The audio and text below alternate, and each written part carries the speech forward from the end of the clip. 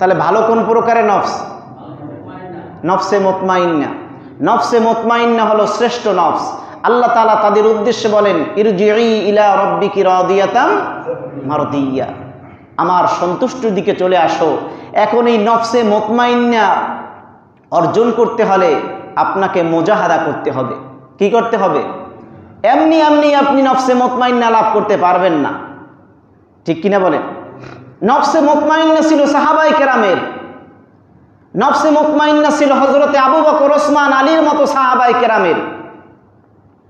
কিন্তু আমরাও যদি নফসে মুতমাইন্না অর্জন করতে চাই, সকল ধরনের ছোট গুনাহ বড় গুনাহ আমাদেরকে পরিত্যাগ করতে হবে, চিরদিনের জন্য পরিত্যাগ করতে হবে।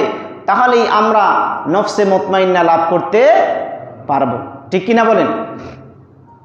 আল্লাহ সুবহানাহু ওয়া তাআলা এই ঈমানদারের ব্যাপারে, এই নফসে মুতমাইন্নার লোকদের ব্যাপারে বলেছেন, ইন্নামাল মুমিনুনা আল্লাযীনা আমানু বিল্লাহি ওয়া রাসূলিহি সুম্মা লাম ইয়ারতাবু ওয়া জাহাদু বিআমওয়ালিহিম ওয়া আনফুসিহিম ফি সাবিলিল্লাহ। আল্লাহ বলেছেন, হে ঈমানদার বান্দাগণ, আল্লাহকে বিশ্বাস করো। মুতমাইন্নার লোক কারা? যারা আল্লাহকে বিশ্বাস স্থাপন করে আর তার রাসূলকে বিশ্বাস স্থাপন করে।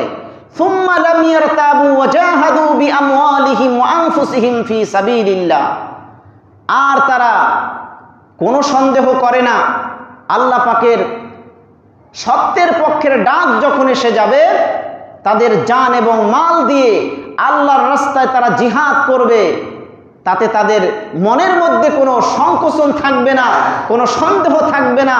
আল্লাহ পাকের দ্বীনের প্রতিষ্ঠার জন্য, আল্লাহর দ্বীনকে কায়েমের জন্য তাদের জান এবং মাল দিয়ে তারা জিহাদের জন্য প্রস্তুতি গ্রহণ করে নেয়। সুবহানাল্লাহ। উলাইকা হুমুস সাদিকুন, এরাই হচ্ছে সত্যবাদী, এরাই হচ্ছে মুখলেস বান্দা, এরাই হচ্ছে নফসে মুতমাইন্নার অধিকারী। জোরে কোন সুবহানাল্লাহ। অন্য আয়াতের মধ্যে আল্লাহ রাব্বুল আলামিন বলেন, মান আমানা বিল্লাহি ওয়া মালাইকাতিহি ওয়া কুতুবিহি ওয়া রুসুলিহি ওয়াল ইয়াউমিল আখির।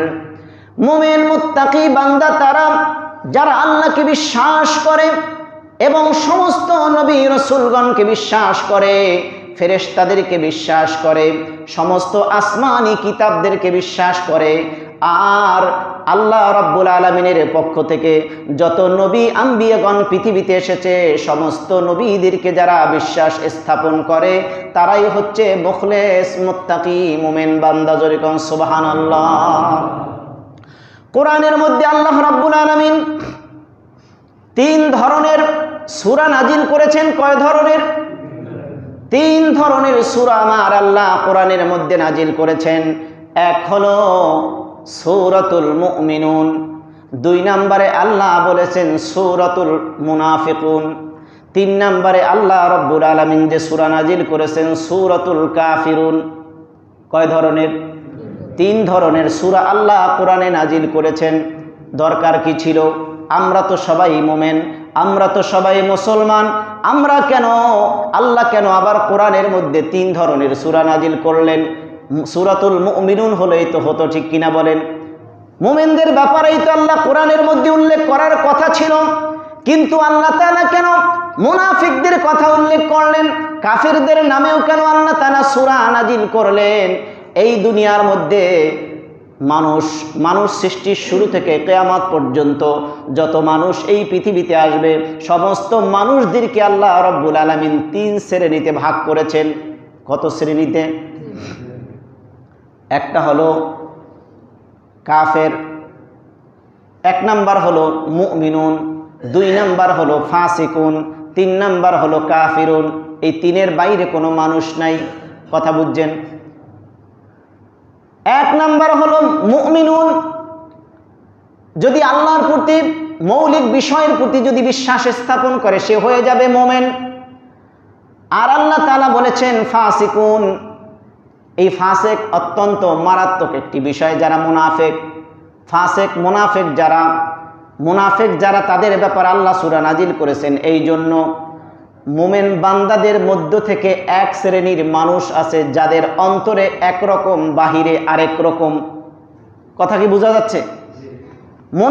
মুমিন বান্দাদের মধ্যে এক শ্রেণীর মানুষ আছে যাদের ভিতরে একরকম বাহিরে আরেক রকম, এরাই হচ্ছে মুনাফিক। এরা কি? মুনাফিক। আল্লাহ তাআলা তার হাবিব নবীজি মুহাম্মদুর রাসূলুল্লাহ সাল্লাল্লাহু আলাইহি ওয়াসাল্লামার জমানায় রসুল পাকের পিছনে নামাজ পড়েছে, বিশাল লম্বা পাগড়ি, লম্বা দাড়ি, পরনের মধ্যে জুব্বা ছিল, রসুলের সাথেই একসাথে নামাজ পড়েছে জামাতের সাথে। এই লোকগুলো ইসলামের চরম পর্যায়ের ক্ষতি করেছে, রসুল পাক সাল্লাল্লাহু আলাইহি ওয়াসাল্লামের বিরোধিতা করেছে ভিতরে ভিতরে। তার ক্ষতি করার জন্য, সাহাবায়ে কেরামের ক্ষতি করার জন্য সর্বদাই লেগেছিল। এই মানুষগুলোর পরিচয় হলো এরা মুনাফিক। এরা কি? মুনাফিক। আল্লাহর রসুলের জীবন নাশের জন্য মুনাফিক শ্রেণীর মানুষেরা তারা মসজিদ তৈরি করেছিল। কি তৈরি করেছিল? মসজিদ তৈরি করেছিল। সূরা আপনার 11 পারার 3 নম্বর পৃষ্ঠার মধ্যে আল্লাহ তাআলা বলেছেন যে তারা মসজিদ নির্মাণ করার পরে আল্লাহর হাবিবকে দাওয়াত দিয়েছে সেই মসজিদকে উদ্বোধন করার জন্য। আল্লাহর হাবিব নবীজি মুহাম্মদ সাল্লাল্লাহু আলাইহি ওয়াসাল্লাম তাদের সাথে মসজিদ উদ্বোধন করার জন্য যাচ্ছিলেন, কিন্তু মসজিদে প্রবেশের যে মসজিদের যে মূল জায়গা, মূল ফটকের নিচে তারা গর্ত খনন করে রেখেছিল।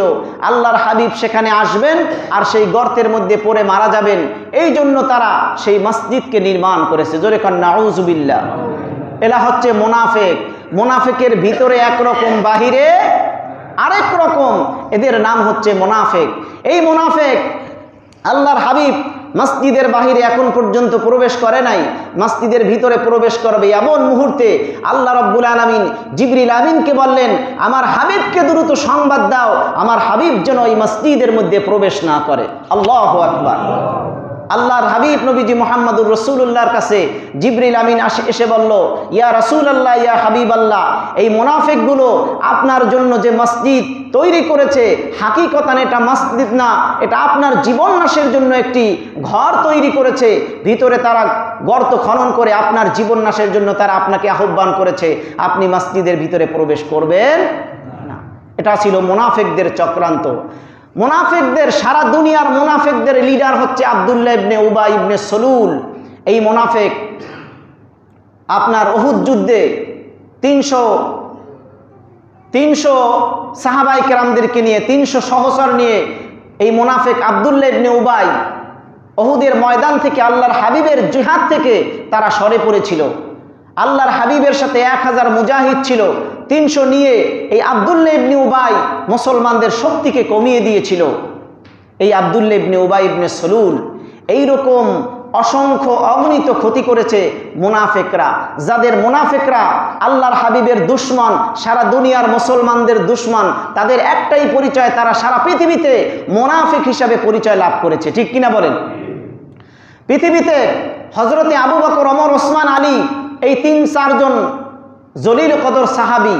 আবু বকর স্বাভাবিক অবস্থায় মৃত্যুবরণ করেছে, হযরতে ওমরকে মৃত্যুবরণ করেছে মুনাফিক মুসলমান ইহুদি ব্যক্তি। হযরতে ওসমানকে শহীদ করেছে তিনিও ছিলেন মুনাফিক মুসলমান।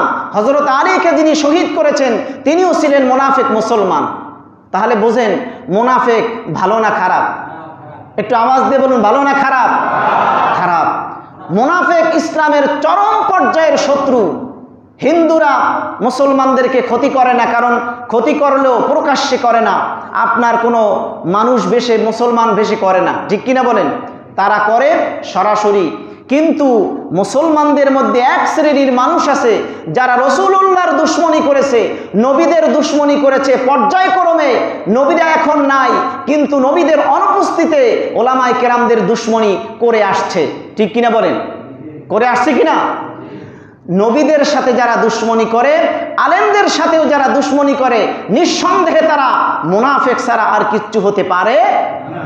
আল্লাহ তাআলা কোরআনের মধ্যে বলেন, ওয়াল্লাযীনা ইউযুনাল্লাহা ওয়া রাসূলাহু লা'নাহুমুল্লাহু ফিদ দুনিয়া ওয়াল আখিরাহ। আল্লাহ তাআলা বলেন, যারা আল্লাহ এবং তার রাসূলকে কষ্ট দেয়, যারা আল্লাহ এবং তার রাসূলকে কষ্ট দেয়, অবশ্যই তাদের ওপর আল্লাহর লানত দুনিয়ায় এবং আখিরাতে। আল্লাহর রাসূল এবং আল্লাহকে যারা কষ্ট দেয় তাদের ওপর লানত কে বলেছেন? আল্লাহ বলেছেন তাদের ওপর লানত দুনিয়ায় আর হাসরের ময়দানে। আল্লাহর ওপর লানত। আল্লাহর হাবিব নবীজি মুহাম্মদুর রাসূলুল্লাহ কিভাবে কষ্ট পায়, আল্লাহ তাআলা কিভাবে কষ্ট পায়? আল্লাহ তাআলা তার হাবিবের ব্যাপারে বলেন, রাসূল পাক সাল্লাল্লাহু আলাইহি সাল্লাম হাদিসের মধ্যে বলেছেন, আল্লাহর হাবিব এই জন্য কষ্ট পায়, কোনো ওলামায়ে কেরামদেরকে যদি কোনো ব্যক্তি কষ্ট দেয় তাহলে আল্লাহর হাবিব স্বয়ং নিজে কষ্ট পান। আল্লাহর হাবিব নবীজি মুহাম্মদুর রাসূলুল্লাহ বলেন, কোনো ওলামায়ে কেরামের সাথে যদি কোনো ব্যক্তি মুসাহাফা করে সেজন্য সরাসরি আমি রাসূলুল্লাহর সাথে মুসাহাফা করলো। সুবহানাল্লাহ।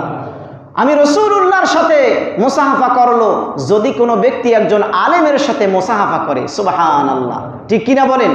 রাসূলুল্লাহর হাদিস, আল্লাহর রাসূল বলেছেন, তাহলে সেই আলেমকে যারা কষ্ট দিল সেজন্য সরাসরি আমি রাসূলকে কষ্ট দিল।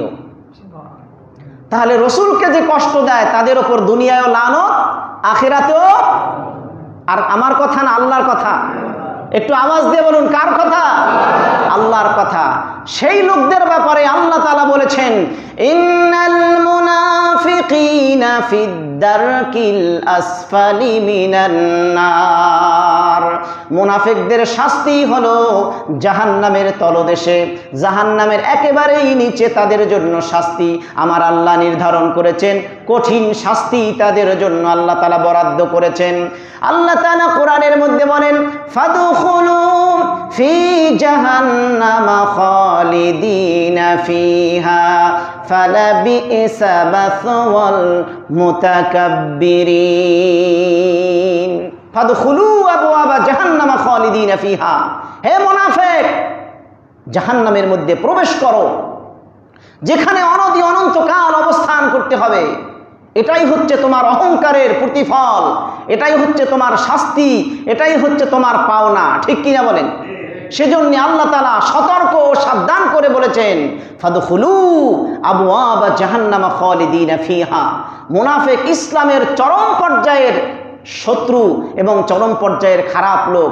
এজন্য মুনাফিকদের থেকে আমাদের সাবধান থাকতে হবে। ঠিক কিনা বলেন?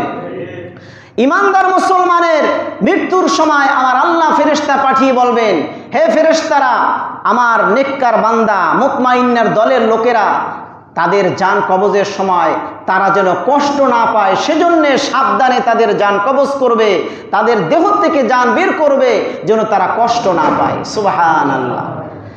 মৃত্যুর সময় যখন ফেরেশতারা নেককার বান্দাদের কাছে চলে আসেন, আল্লাহর নিয়োজিত ফেরেশতারা ওই মুতমাইন্নার বান্দাদেরকে বলে, হে আল্লাহর বান্দা, দুনিয়ায় হাজারো কষ্ট করেছো, আল্লাহ পাকের হুকুম পালন করেছো, আল্লাহর নিষেধকে কষ্ট করে বর্জন করেছো, তুমি আল্লাহর হাবিবের আদর্শকে গ্রহণ করে তুমি আল্লাহ পাকের খাস বান্দা হয়ে গিয়েছো। আল্লাহ রব্বুল আলামিন তোমার সাক্ষাৎ চায়, সেজন্য আমাদেরকে আল্লাহ তাআলা প্রেরণ করেছেন স্বাগত দেওয়ার জন্য, তোমাদেরকে স্বাগতম জানানোর জন্য আল্লাহ আমাদেরকে ফেরেশতাদেরকে প্রেরণ করেছে। চলো চলো আল্লাহর সন্তুষ্টির দিকে তোমরা চলো। সুবহানাল্লাহ।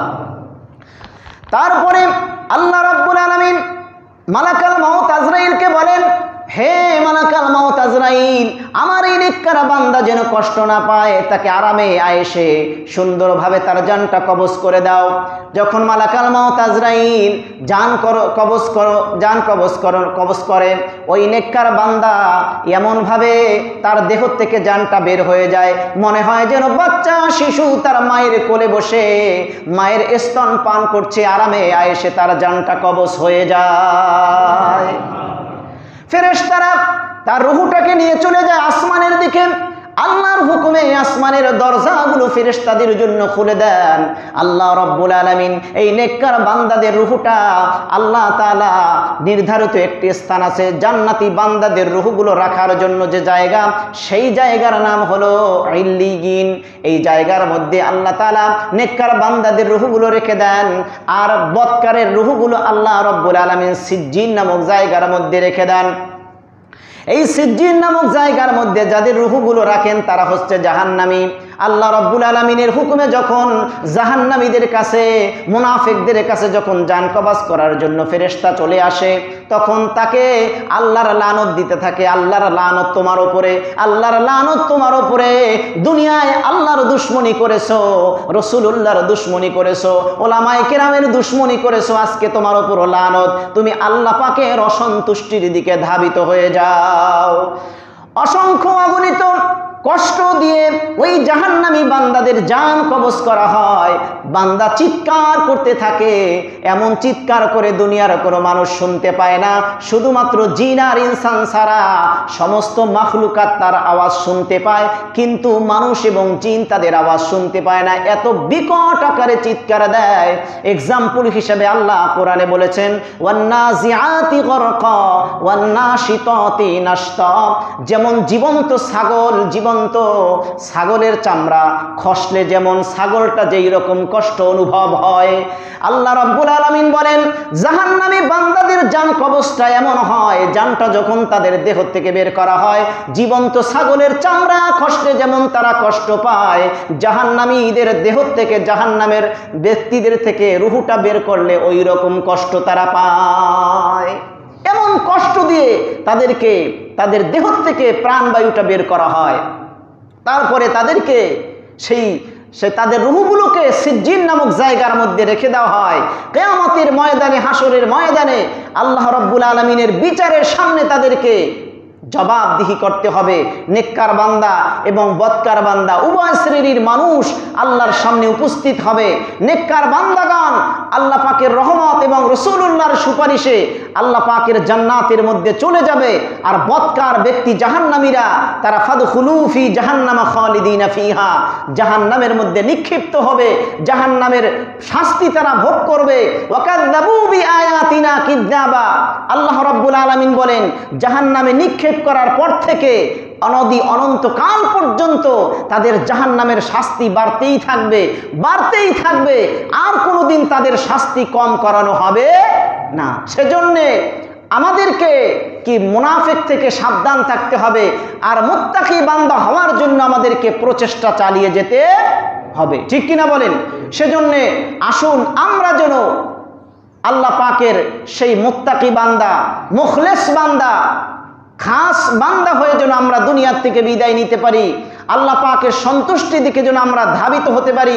মুনাফিকদের থেকে আল্লাহ আমাদের সকলকে সতর্ক থাকার তৌফিক আল্লাহ আমাদের সকলকে দান করুক। সবাই বলি আমিন। ওয়া আখির দাওয়ানা আনিল হামদুলিল্লাহি রাব্বিল আলামিন। আসসালামু আলাইকুম ওয়া রাহমাতুল্লাহি ওয়া বারাকাতুহু। যারা সুন্নত পড়েন নাই 4 রাকাত ক্বাবলাল জুমা সুন্নাত নামাজ আদায় করে নিন।